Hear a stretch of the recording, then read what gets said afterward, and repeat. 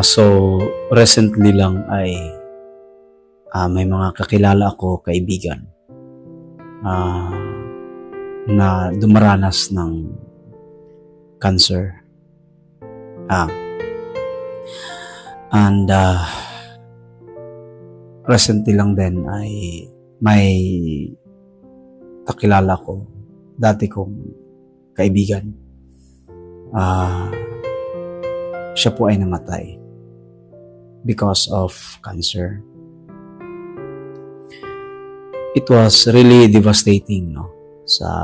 Of course, sa kanyang family, sa kanyang kaibigan, kaklase.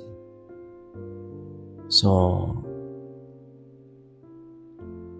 minsan dumating sa punto na nagtatanong, no? At minsan napatanong din, why me, Lord? Diba? Yung mga ganun. Why me? Sa dami-dami ng tao, bakit? And these people, no, they're really a God-fearing people.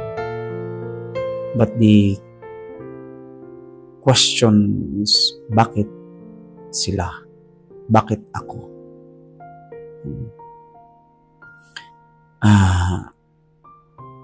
And then papasok sa tanong,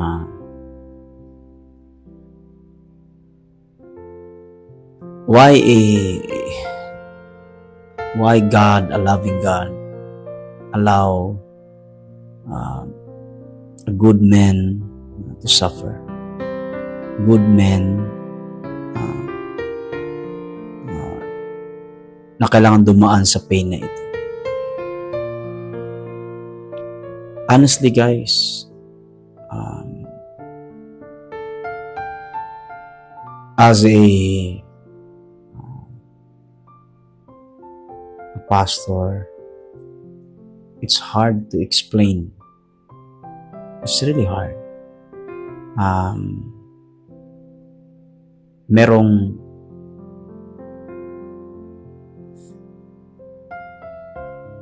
May mga bagay na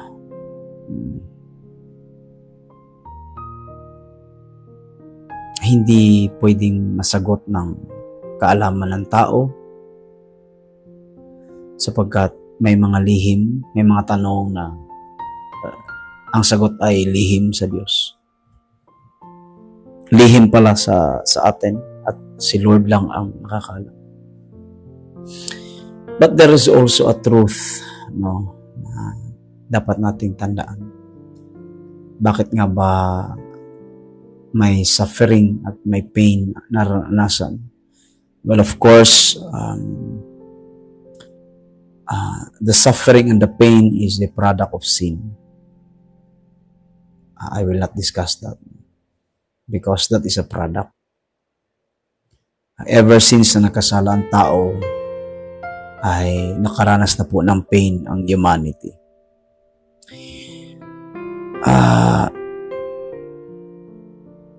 So the question is this, mga kapatid. Why God allow? Now, here's the truth. Suffering, sometimes, ginagamit ng Diyos to strengthen us, to draw us, no, palapit sa Kanya. That's the truth. Sometimes the pain, suffering ay magtutulak sa atin na mas kumapit pa sa Kanya. And sometimes the pain also, the suffering, ay mag-i-encourage sa iba, no, na mag-support sa nararamdaman mo. Suffering also ay nagpatatag sa atin spiritually. Now, kapag humantong po sa untimely death, I really do believe, mga kapatid, na yes, we have prayer is powerful. tayo po ay we pray, pinipray natin. But I do believe na pinangahawakan ko salita ng Panginoon that God is the author of life and death. But He also a God of miracle. Pero yun nga, meron pong panahon ang lahat. At if you are a truly believer of Christ, you know, and we know, that heaven is our home. Tayo po dito ay mga stranger lamang. This earth is not our home. Heaven is our home. No? So, all I can say is that while they are still here, not only sa mga cancer patient, but sa mga may mga karamdaman, ibang karamdaman. At hindi lang sa may mga karamdaman, kahit po sa mga malulusog, family mo, family members mo, and mga kamag-anak mo, loved ones mo. I think ang pinaka-the best is cherish every moment because we never know kung kailan ang oras na kukunin tayo ng Panginoon. Who knows? Di natin alam. But one thing is for sure, when you are in Christ, I can assure you guys that heaven is paradise. Heaven is our home. Heaven is our home. And sa mga mahal natin sa buhay na pumanaw din because of the illness, I think pinaka-the best is to cherish the legacy, cherish the memories. I-treasure po natin yun, i-keep po natin yun. And make them as a testimony sa mga anak natin, sa mga kaibigan natin. So sa tanong na bakit inaalaw ng Diyos ang mga bagay,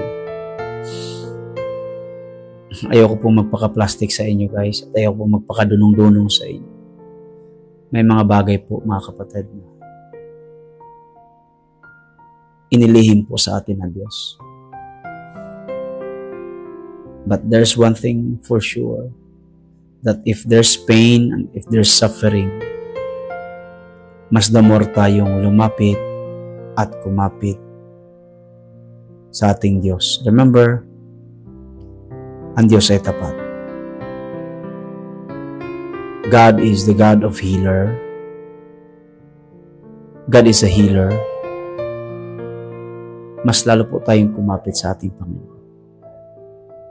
So, sa mga may suffering, sa mga may karamdaman, I do pray for you guys.